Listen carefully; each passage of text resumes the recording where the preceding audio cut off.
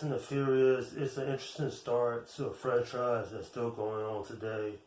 And I thought since it's nearly the 20-year anniversary of this film, I thought I'd go back and take a look at it. Thing is, does this film still hold up? Well, the answer to that question is, nah, it really doesn't hold up that well today, but that doesn't mean I despise this film. I actually liked it. I liked the performances of Paul Walker, Vin Diesel, Michelle Rodriguez. They're not the strongest performances I've ever seen in a film, but they're doable. In other words, it's the characters that make an interesting first impression on you, when you see this film.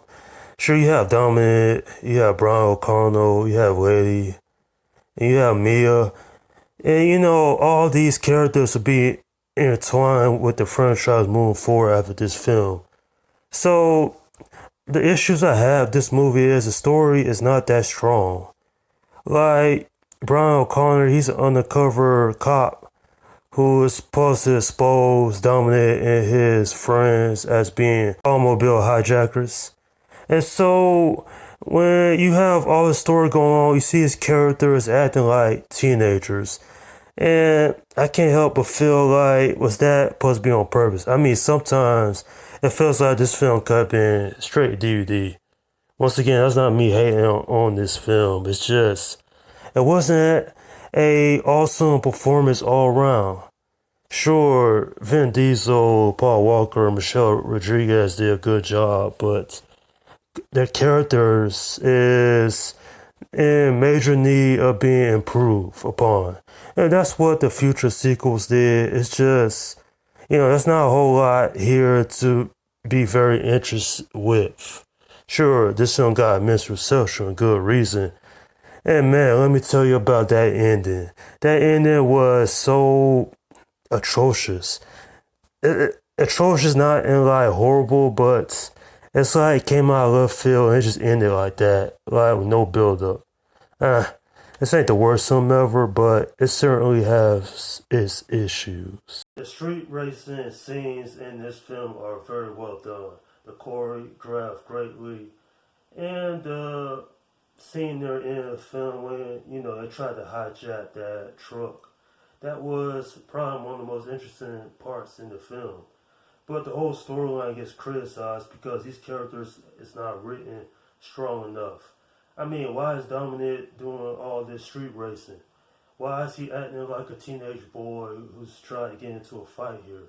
It's not enough character depth for some of these characters, and that's what made this film storyline real weak. I had an issue. We were watching this film, it kind of reminded me how the storyline could have been tweaked a little bit better. I don't know, maybe they made this film 2.5 hours. Maybe they would have, tweaked out the characters in this movie. And then you have Michelle Rodriguez Lady. Like, is there a reason we're supposed to be investing in her character in the first film? I don't know. This film's almost 20 years old. I kind of felt like, as old this movie is, that it's not the best in the franchise, but it is an interesting start. Now, it is realistic, of course, before it got ridiculous over time. But as far as a street racing movie, it's decent at least. I'm giving this film a 7 out of 10. Yeah, if it wasn't for the performances of Vin Diesel and Paul Walker, this movie would have been rated lower.